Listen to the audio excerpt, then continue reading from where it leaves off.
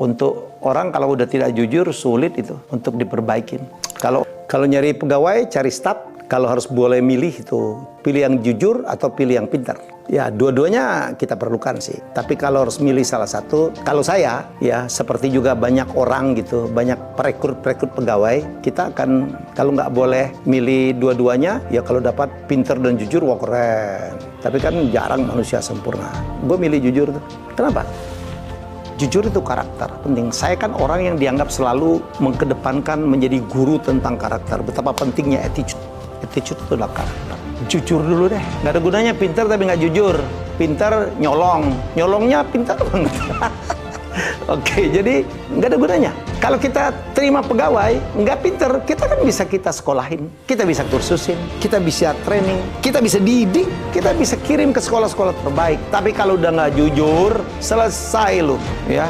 Apalagi udah kita didik, tapi dasarnya nggak jujur, ditinggal kita. Jadi menurut saya, attitude jauh lebih tinggi nilainya daripada hanya sebuah kepintaran. Jadi kalau seorang pegawai nggak bego-bego amat, nggak bodoh-bodoh amat gitu, mau belajar, ya mau ditegur, mau dibina, itu menurut saya itu yang paling baik ya. Apalagi kalau dia jujur. Jujur adalah nomor satu. Proklamator kita Bung Hatta yang sangat kita kagumin bersama juga pernah mengatakan itu ya. Untuk orang kalau udah tidak jujur, sulit itu untuk diperbaiki. Kalau orang cuma kurang pintar, ya insya Allah dengan gampang kita akan bisa bikin dia pintar.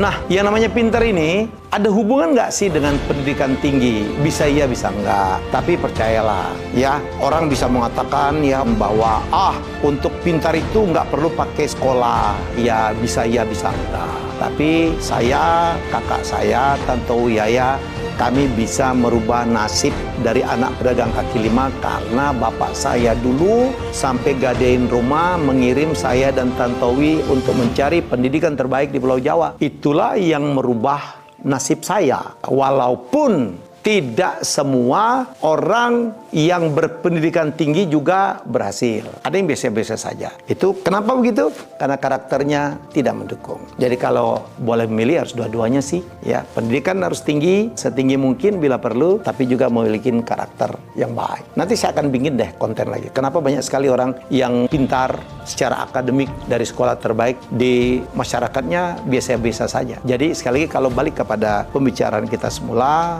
ngambil jujurnya atau ngambil pintarnya, saya ngambil jujurnya. Sekali lagi, kalau saya wrap up ya, kalau mau sukses, attitude di atas semuanya. Ya, attitude di atas knowledge, di atas skill. Anda jago, Anda pintar, nggak jujur, nggak disiplin, nggak hormat sama orang tua. Kelar. Saya berikan banyak contoh. Orang-orang kaya di Indonesia yang saya temui, attitude-nya luar biasa. Sopan, hormat, disiplin. Ya, ayo teman-teman, sekolahlah setinggi mungkin.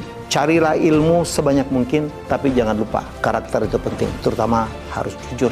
Anda kalau nggak jujur nih, Anda nipu orang sekali. Orang yang nipu orang lain itu adalah, Anda kalau nipu seperti Anda menutup jalur rezeki orang ke depan. Dan gue bilangin lo ya, Anda nipu bos Anda orang sukses. Ingat ya, pepatah Cina, hinggap di dahan yang sama.